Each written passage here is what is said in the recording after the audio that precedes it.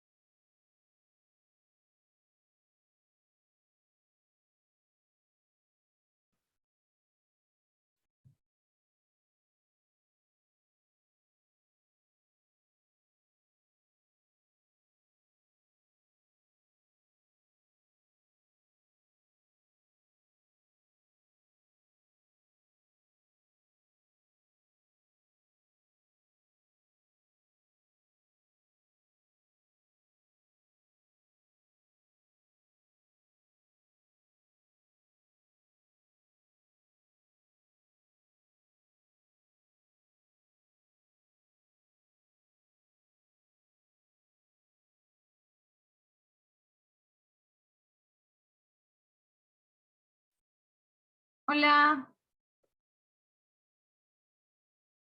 Hola, profe.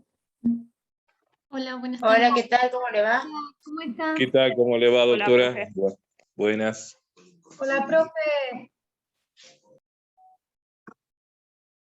Qué bueno ver caras conocidas. Bueno, la de Florencia nada más.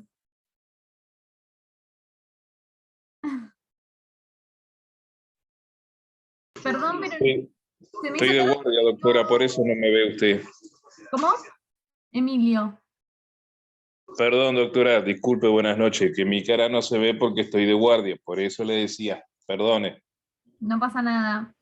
Gracias, doctora. Un gusto. Igualmente. Les contaba que no podía entrar, por eso se me hizo tarde, porque no sé qué pasaba, no me ingresaba directamente desde el link, tuve que abrir, digamos, y poner la contraseña y todo eso. Así que bueno. Vamos a arrancar entonces con la clase que me toca a mí darles, que es el módulo 2, ¿sí? Vamos a ver lo que es el concepto de derechos humanos, las distintas teorías que hay al respecto, o las distintas posiciones doctrinarias con relación a la conceptualización de los derechos humanos, y vamos a ver la teoría de las 3 generaciones de derechos y la crítica a esa teoría. ¿Sí? Hoy vamos a ver eso del módulo, y la semana que viene continuamos. Y hoy vamos a ver también las características, perdón. Vemos conceptos, características y la teoría de las tres generaciones. Y nos queda para la clase que viene la clasificación, la jerarquización y los principios de efectividad, progresividad y principio pro homine. ¿Sí?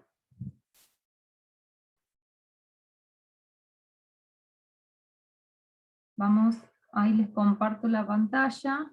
Doctora, perdón, ¿podría nuevamente enunciar cuáles son los principios? Reiterar, perdón.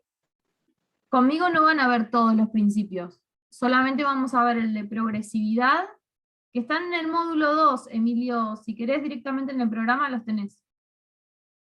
Conmigo ven los principios del módulo 2, que es el pro homine, progresividad y efectividad. Gracias, doctora. No, de nada. Bien. Ahí.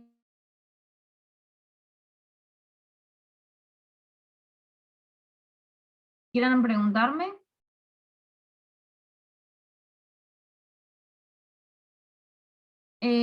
A ustedes son los que les cargué el trabajo práctico, ¿verdad? Sí, recuerden que no se les venza el plazo. Hay un trabajo para práctico, presentar. profe, ¿Cómo? pero hay un trabajo práctico, pero es de Jiménez, de Afganistán. Pero Sí, ¿es ese? ese es el que yo le subí, que es del doctor Jiménez. Los trabajos prácticos, los dos van a ser del doctor Jiménez, y recuerden que no se les venza el plazo para presentarlo. Si hay alguien que no lo puede subir al campus, porque no tiene acceso a internet o porque por razones varias, lo puede presentar de forma escrita en la facultad, avisando, ¿no? ¿Sí? Bien. Hola, doctora, ¿cómo está? ¿Qué tal, Hola, Roxana? ¿cómo estás? Estabas hablando de trabajo práctico, por eso. ¿Me escuchás? ¿Sí? Digo, porque recién ingresé y te escuché diciendo último, era sobre el trabajo práctico para el que no lo pueda subir al campus. Lo presenta No te escuché bien. en papel, lo puede presentar en la facultad o Sí. mandárselo por mail al doctor Jiménez. Siempre Genial. antes de que vence el plazo. Si vence el plazo y no entregaron el trabajo práctico, si entregan uno solo de los 2 trabajos que hay que presentar, se van a recuperatorio. Pero si no entregan ninguno, directamente pierden la materia. Ni siquiera van a poder recuperar, ni siquiera van a poder ir presentarse en el recuperatorio. tienen que tener antes del parcial los 2 trabajos prácticos entregados. En tiempo y forma. Si el trabajo práctico se entrega vencido el plazo, se van al recuperatorio. Una ¿Sí? consulta, profe. Yo tengo LibreOffice, ¿no? Para hacer el trabajo práctico, pero no sé cómo pasarlo a PDF después para mandárselo a ustedes. ¿Cómo se hace eso? Porque yo no sé cómo pasarlo a PDF. No, yo tampoco. No, no tengo idea. Bueno, está bien. Gracias.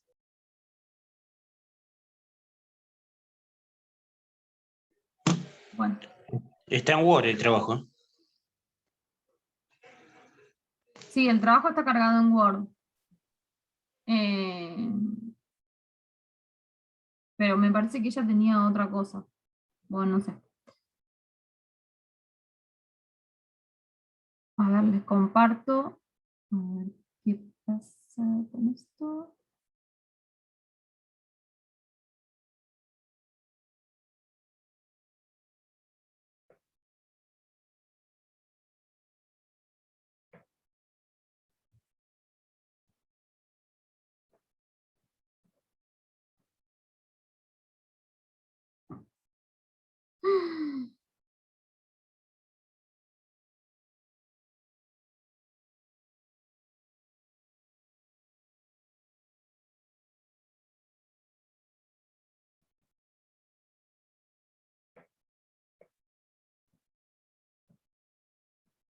¿Ahí los pueden ver bien? Sí, profe. Se ve la carpeta. ¿Se ve la carpeta? Sí. Entonces no están viendo PowerPoint. No. No, la verdad que no se ve la carpeta. Aguarden, ¿sí? Voy a cerrar todo.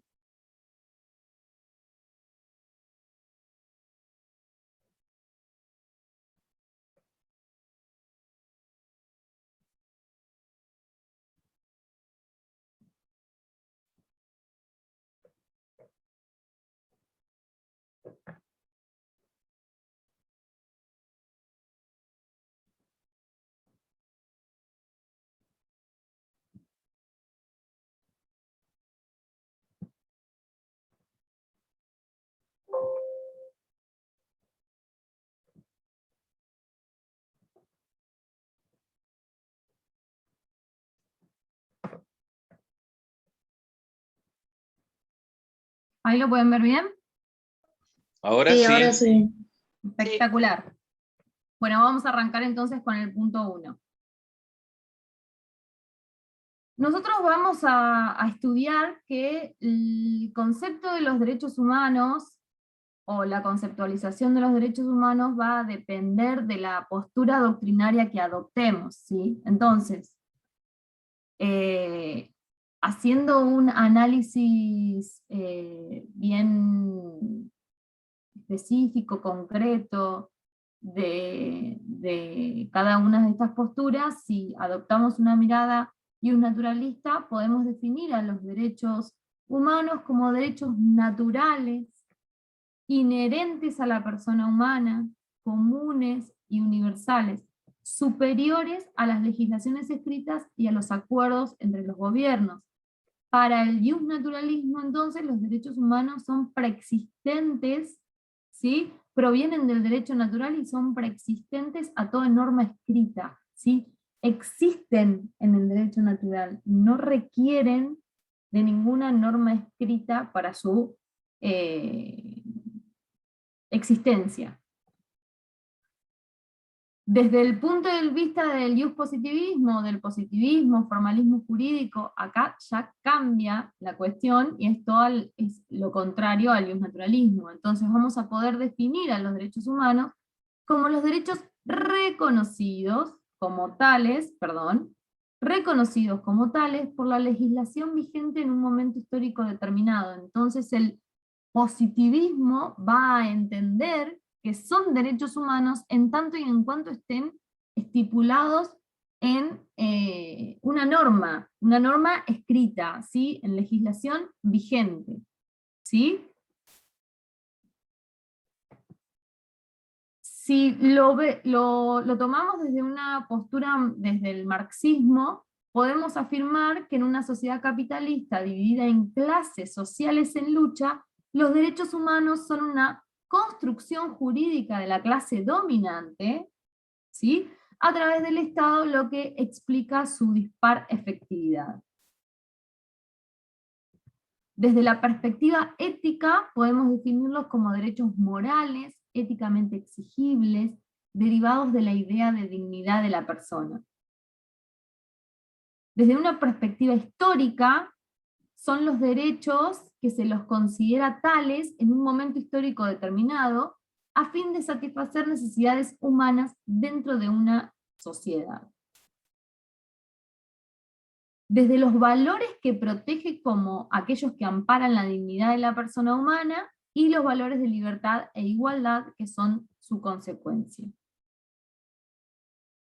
Para el doctor Blasik, para el titular, él va a definir a los derechos humanos como aquellos que protegen la dignidad de la persona humana y sus valores derivados de libertad e igualdad a través de la efectiva y plena satisfacción de sus necesidades, tanto físicas, psíquicas como morales, y que derivan en características y principios propios de carácter general y normas jurídicas básicas de protección. Entonces, si de acuerdo, como veníamos viendo, de acuerdo, la postura del doctor Blasik básicamente es una postura más iusnaturalista. Fíjense que él no hace referencia a la norma escrita al momento de definir los derechos humanos. Él define los derechos humanos como aquellos que protegen la dignidad de la persona humana y sus valores. Si nosotros tenemos en cuenta la dignidad de la persona humana de existencia de siempre, entendemos que está enrolado en una postura iusnaturalista como perteneciente al derecho natural, ¿sí? ¿Cuáles son las características de los derechos humanos? Vamos a tener, una de sus características es la universalidad. Es la primera característica, si no se quiere, a la cual mayormente se hace referencia. Y esta característica la tenemos que pensar en un doble sentido, que son derechos comunes a todas las personas, a toda persona humana, y que significan lo mismo para todos. Igualmente, enfrentan desafíos comunes provenientes de la diversidad, tanto filosófica como histórica y cultural, y encierran peligros como los de encubrir proyectos hegemónicos, fundamentalmente políticos. La universalidad se enfrenta a la diversidad normativa nacional. ¿Por qué? Porque cada país o cada estado adopta distintos mecanismos de protección de los derechos humanos, distintas escalas de protección de los derechos humanos, que constituye la principal razón de las reservas. Entonces acá tenemos cuando un estado firma un tratado internacional, puede ejercer su derecho de reserva en determinado concepto que protege o incorpora ese Tratado Internacional sobre Derechos Humanos. Bueno, este derecho o este principio de reserva que pueden ejercer los estados es entendido como limitaciones, como limitaciones de responsabilidad que autoriza el sistema jurídico internacional para que el propio Estado formule al momento de ratificar un tratado. Esto es lo que fragmenta, si se quiere, la unidad conceptual del tratado y los niveles de exigibilidad, y esto es en definitiva lo que erosiona en cierta forma el principio de universalidad del que venimos hablando.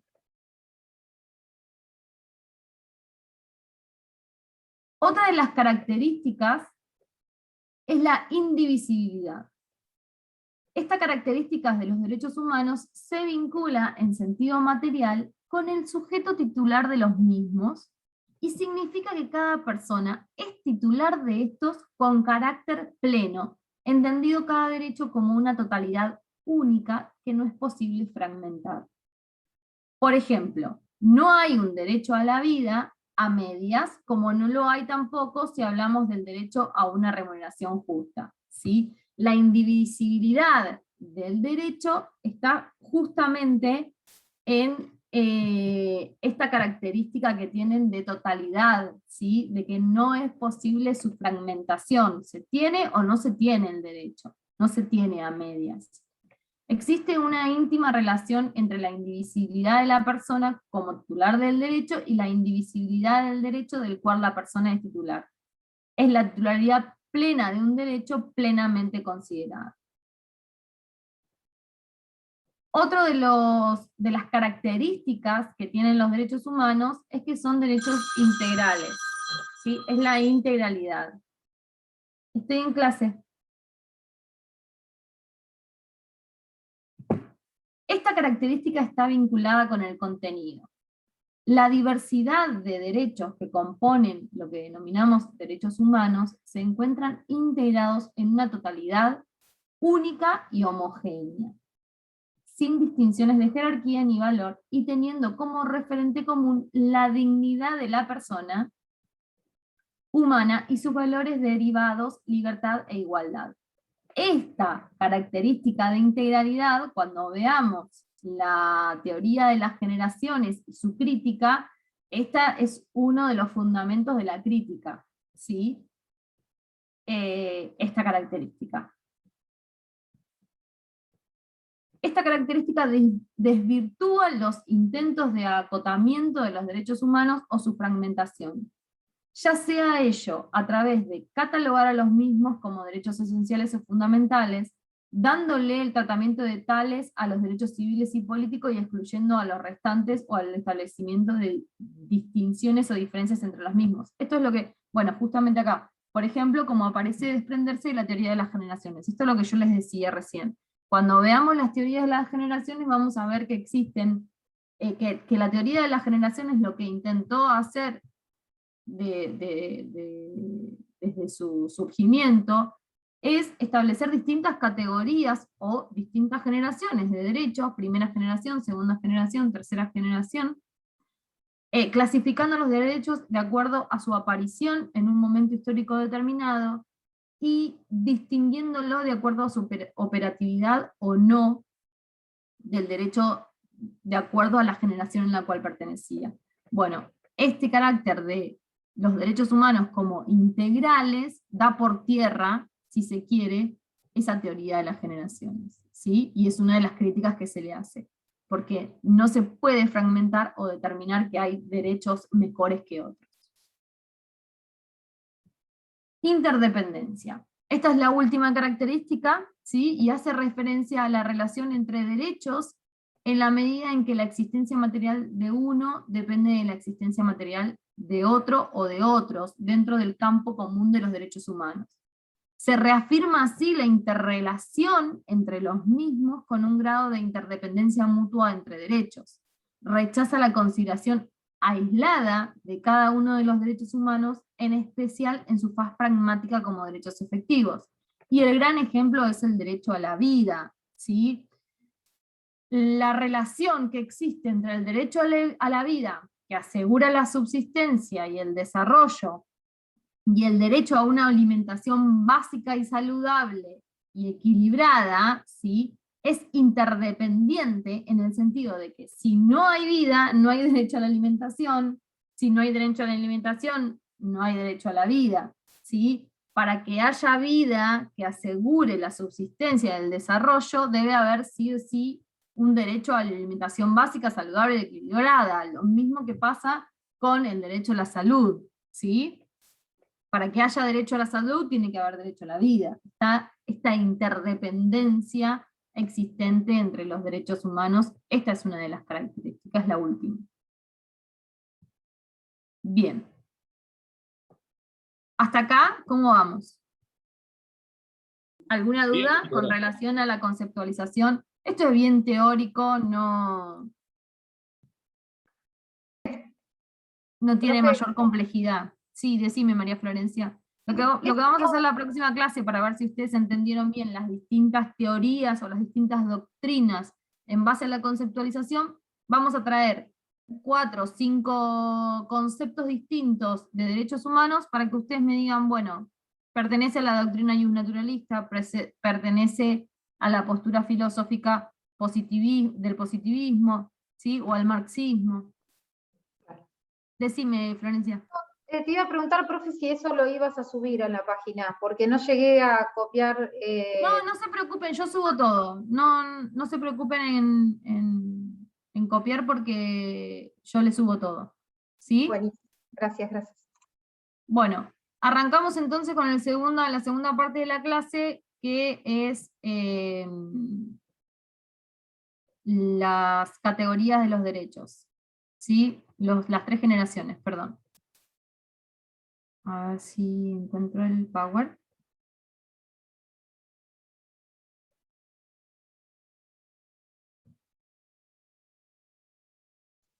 Profe, ¿le puedo hacer una pregunta mientras? Sí, decime.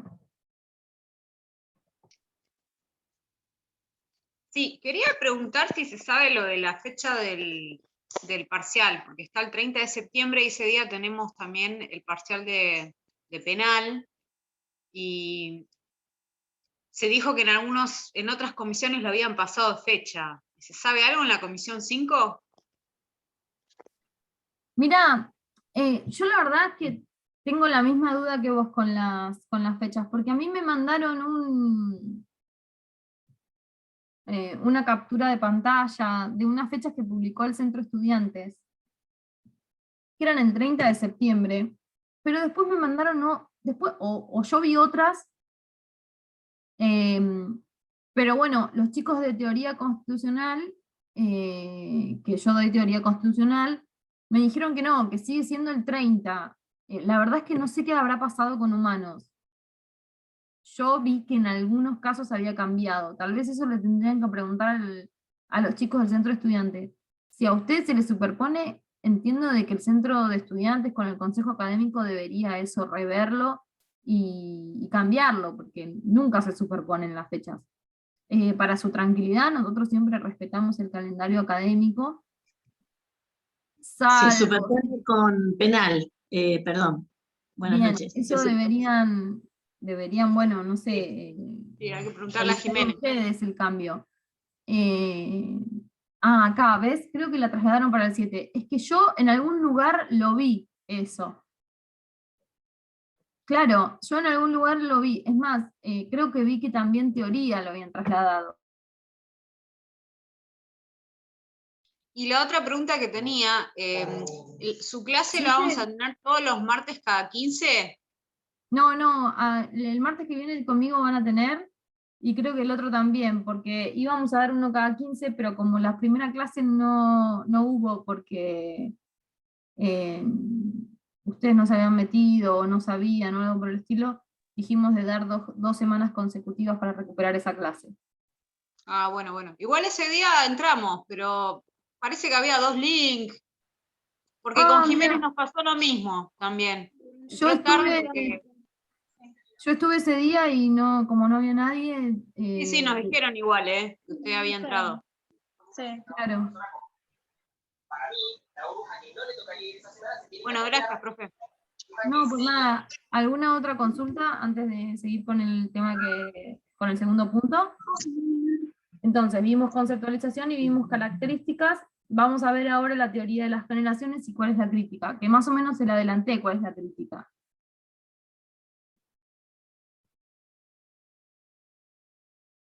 Acá.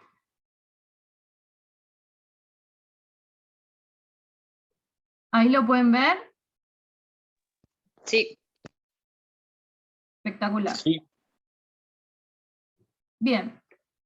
Bueno, la teoría de las generaciones de los derechos humanos realmente es una teoría de hace años. De hecho, yo cuando rendí derechos humanos, cuando rendí la materia en la facultad, que tampoco hace tanto, la estudié, o sea, la estudiábamos como una verdad absoluta, la teoría de las generaciones, no se hablaba de ningún tipo de crítica. Luego, con el transcurso del tiempo, ya en una maestría que hice sobre derechos humanos, fue la primera vez que empecé a escuchar hace 4 o 5 años atrás de esta gran crítica que se le hacía a la teoría de las generaciones de derechos humanos.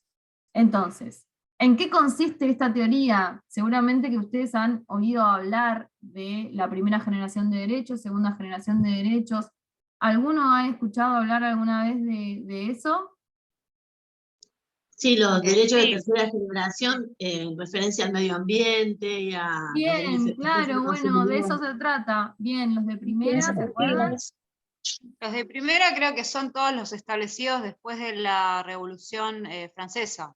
Claro, exactamente, Derecho a la perfecto. propiedad, o sea, todos los derechos liberales, digamos. Individuales, sí, bien, bien. ¿Y los de segunda generación cuáles serían? Los sociales, Exactamente, perfecto. laborales y sí, sociales, de expresión. Económico puede ser. Claro, los derechos económicos, sociales y culturales. Perfecto, perfecto, espectacular. Bueno, básicamente sí, siempre lo estudiamos así. Yo no sé si ustedes eso lo saben de que han venido de otra materia o de derecho político. Yo creo que en derecho político lo ven cuando ven Sí, la lo parte. vimos en derecho político, Claro, exactamente. pero sin Bueno, ninguna crítica. ahora vamos a ver la crítica. Bien. Bueno, entonces, como les decía, bueno, bien, ustedes clasificaron primera generación, segunda generación y tercera generación de derechos. Esta categorización que hace la teoría de las generaciones de los derechos humanos centra su atención en un eje histórico vinculado con el momento de surgimiento de los derechos humanos. Ustedes lo marcaron, hubo, creo que Ivana fue la que dijo, o no me acuerdo si Florencia, una de las dos dijo, son los que surgen después de la revolución, cuando hablaba de, de la primera generación de derechos, después de la Revolución Francesa, ¿sí? ¿Verdad? ¿No? Bien. Bueno, entonces ahí estamos. O sea, los clasifica vinculándolos con el momento del surgimiento de los derechos humanos, y un eje jurídico institucional vinculado con las características diferenciales que tipifican los derechos pertenecientes a cada una de las generaciones, ¿sí? Ustedes también lo hicieron, dijeron, bueno, los individuales, los de primera generación, son los vinculados a la propiedad privada, derechos vinculados, dijeron, a la... ay, no me sale ahora, al liberalismo, ¿no? Sí. Básicamente fueron eso, reproduciendo lo que ustedes explicaron. Sí, y otra cosa que yo me acuerdo que Sí, vimos a ver. es que, ay, justo la perra mía ladra cada vez que yo hablo. O sea, los de la primera están se plasman, digamos, en nuestra Constitución, en la de 1853, en la primera. Ah, exactamente. La Perfecto. segunda generación creo que era con El la... constitucionalismo clásico sería. Claro, los que pertenecientes o los constitucionalismo vinculados clásico. al constitucionalismo clásico. Esto son todas las características de los derechos individuales o de primera generación. Exacto. Perfecto. El segundo en la Constitución peronista, ¿no? La del 49, y después... Los derechos obviamente, sociales, económicos y claro, culturales en el 49 y la reforma del 57. Ahora los vamos a ir viendo, los vamos a ir mencionando y los vamos a ir viendo. Bueno, entonces decíamos, vinculado con las características diferenciales que... Perdón. Sí. Perdón, doctora, ¿no está basada la segunda generación en la Constitución mexicana o rusa? Claro, la del 17, Una sí, confusión. la de Weimar, ahí está Ajá. en teoría, de Alemania, Exacto, Weimar. de 1919. Ah, bien, bien. No, pensé que tenía una mezcla, doctora. Disculpe la interrupción. La primera constitución social fue la de México, de 1917. Bien. Gracias, doc. No, por favor. Bueno, que tipifican los derechos pertenecientes, dice, a cada una de las generaciones y diferencian la conducta que debe asumir. Esta también es una característica de las teorías de las generaciones. Cada una de estas generaciones nos va a marcar cuál es la conducta que va a asumir el Estado frente a los mismos. ¿Sí? Entonces, vamos a tener la primera generación de derecho, básicamente, ustedes ya los describieron, ¿sí? Se trata de los derechos civiles y políticos, ¿sí? en el surgimiento histórico, ¿en dónde lo encontramos? En la Revolución Americana y Revolución Francesa. Constitucionalismo clásico, dijo Emilio también. Vamos a tener como antecedente la Constitución norteamericana y Constitución de la República Francesa. Acá tenemos que hacer una aclaración con la Constitución americana, porque la Constitución americana, la primera constitución que se dictó en Estados Unidos no tenía una parte dogmática, entonces no tenía una parte de derechos, ni siquiera estos de primera generación. La Constitución norteamericana original era solamente la parte orgánica, ¿sí? Acuérdense cuando vieron un constitucional ustedes que vieron que nuestra constitución está integrada por 2 libros, uno que es la parte dogmática, donde encontramos todos los derechos, y la parte orgánica, que es donde encontramos la distribución del poder y la organización de los distintos poderes. Bueno, la norteamericana solamente tenía esta parte porque entendía que como cada uno de los estados que formaban parte de los Estados Unidos de Norteamérica habían dictado para sí sus constituciones locales, y en las constituciones locales sí tenían una parte dogmática, entendían que no hacía falta establecer los derechos. Y hasta que se dieron cuenta que en realidad el individuo, y por eso derechos de primera generación, los derechos individuales, se encontraba protegido frente a los avances de los estados locales, pero no frente a los avances o a los posibles avances del Estado nacional, del Estado federal. Y entonces es aquí donde incorporan las primeras 3 enmiendas. ¿Sí? Por eso las primeras 3 enmiendas vendría a ser la parte dogmática de la Constitución norteamericana. Esto como dato de color. Son caracterizados como derechos operativos. ¿Por qué son caracterizados como derechos operativos? Porque entran en vigencia y son exigibles a partir de su consagración, dice, es decir, autoejecutables ante los cuales la conducta estatal debe ser abstencionista. ¿Por qué? Porque nosotros, o sea, el Estado Nacional, ¿cómo protege el derecho de las personas a la propiedad privada? Y no metiéndose en la propiedad privada. ¿Cómo se protege el derecho de las personas a la intimidad? Y bueno, no metiéndose en esa intimidad. ¿Sí? La libertad de prensa, por ejemplo, son todos derechos de primera generación, todos derechos individuales. ¿Sí? Es decir, dice, es decir, a menor nivel de reglamentación, mayor ámbito de respeto a los mismos. ¿Sí? Y acá tenemos luego los derechos de segunda generación. ¿Y qué nos dicen los derechos de segunda generación? Como ustedes dijeron ya, como dijo Florencia, como dijo Ivana, son los derechos integrados por los derechos económicos, sociales y culturales. Se identifican con el surgimiento del denominado constitucionalismo social. Emilio había dicho, es el constitucionalismo clásico en los derechos de primera generación. Bueno, acá ya tenemos el constitucionalismo social, y como también nos recordó Emilio, la Constitución de Weimar, la Constitución de México, la Constitución de la Unión Soviética son precedentes normativos de este constitucionalismo social. Los primeros precedentes normativos en donde se empiezan a proteger estos derechos económicos, sociales y culturales. ¿Cuáles son? Derecho a huelga, los derechos del trabajador, ¿sí? Se los caracteriza como derechos de realización progresiva.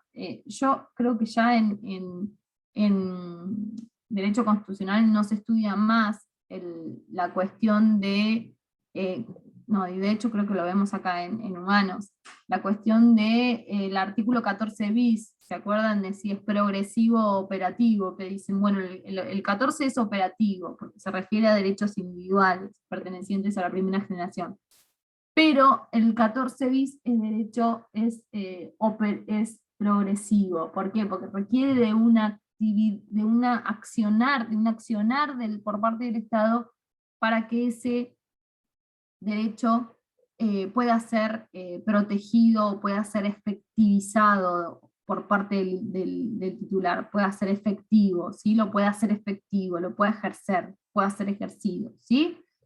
Entonces, requiere para su realización de parte del Estado una conducta activa, entendida como medidas concretas que faciliten el acceso a los mismos, la vivienda digna, por ejemplo. por parte de la persona humana. ¿Y cuáles van a ser los derechos de tercera generación?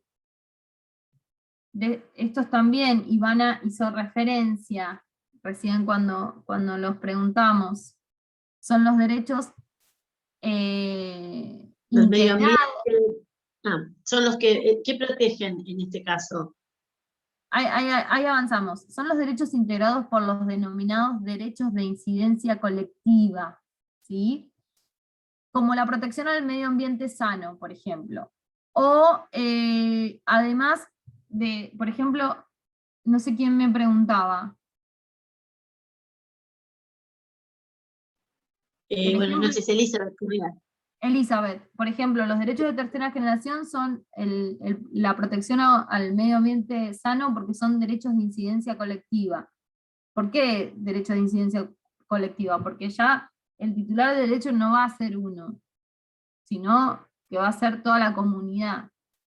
Y no solo la comunidad de un Estado, sino la comunidad internacional, ¿sí? Y no solo esta generación, sino que es para generaciones futuras.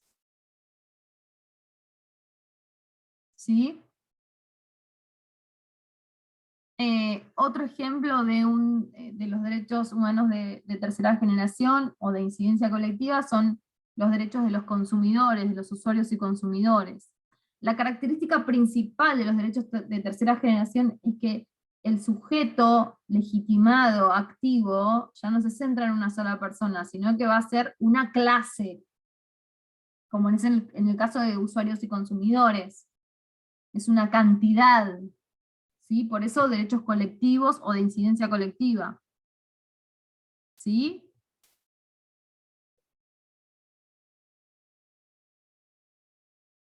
Dice, se ubica su surgimiento en la preocupación creciente de la comunidad internacional frente a las alteraciones del medio ambiente, principalmente segunda mitad del siglo XX.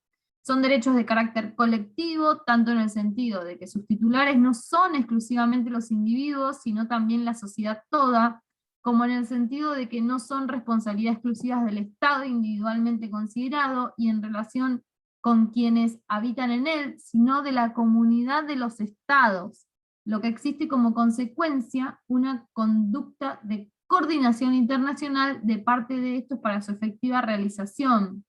Últimamente yo, no sé si ustedes lo han visto en la tele, pero ha habido muchas cumbres, o al menos dos importantes, con relación al cambio climático, por parte de los estados, en donde se discuten todas estas cuestiones, ¿sí? O sea, que la adopción de medidas para la protección de estos tipos de derechos no solamente competen al Estado individual, si se quiere, y a una sociedad determinada, sino que ya abarca a toda la comunidad internacional. Bueno, y ahora vamos a ver las críticas, que básicamente se las adelanté. ¿Por qué ha sido criticada esta teoría de generaciones? ¿Sí? Aunque se ha utilizado por mucho tiempo a nivel pedagógico como para, si se quiere, explicar la consagración de los derechos, ¿sí? En distintos momentos históricos. Y cómo ha sido su implementación, su protección, su exigibilidad. Entonces, en primer lugar, porque su interpretación de generaciones históricas de derechos humanos es parcial e incompleta, ¿sí? Lo que les decía hoy. Se argumenta que si la comunidad internacional efectivamente entendió en su momento que tales diferencias existían, no hubieran aprobado en la Asamblea General de Naciones Unidas la Declaración Universal, la Declaración Universal de Derechos Humanos, en los términos que lo hizo. Entonces se diría que, ¿por qué existe una declaración universal? O el otro ejemplo es en el ámbito de la OEA, la Declaración Americana, en donde se incorporaron no solo derechos de primera generación, sino de segunda generación, ¿sí? Entonces, entendido en este sentido, es como que si existen distintas categorías de derecho, deberían haber dictado distintas o aprobado distintos documentos. En segundo lugar, dice porque no necesariamente un derecho determinado queda exclusivamente constreñido en una pertenencia a una generación determinada. Claro, y acá toman como ejemplo el doctor Lassic el derecho a la educación, dice él. Podemos afirmar que en el sentido de derecho a enseñar y aprender, lo encontramos en el artículo 14 de la Constitución como un derecho de primera generación, dice, integra la primera generación, como derecho de toda persona a la educación, y el artículo 13 del Pacto Internacional de Derechos Económicos Sociales integra la segunda generación, y que asimismo, si lo abordamos en el sentido de que los Estados miembros cooperarán entre sí para satisfacer sus necesidades educativas, conforme al artículo 46 de la Carta de la OEA, podemos ubicarlo en el ámbito de la cooperación internacional y por ende de carácter colectivo propio de los derechos de tercera generación. ¿Sí? Se entiende como un derecho puede pertenecer tanto, o puede tener características tanto, de acuerdo de cómo lo estudiemos o lo analicemos, desde el punto de vista de la primera generación de derechos, de la segunda generación de derechos, o de la tercera generación. Finalmente, para finalizar, porque en general la obligación de respetar y garantizar los derechos consagrados, aún frente a los derechos denominados de primera generación, exige una posición activa por parte del Estado, como lo refleja la jurisprudencia de la Corte Interamericana de Derechos Humanos. Y con esto terminamos. ¿Alguna duda entonces con relación a esta teoría y las críticas que se le hace?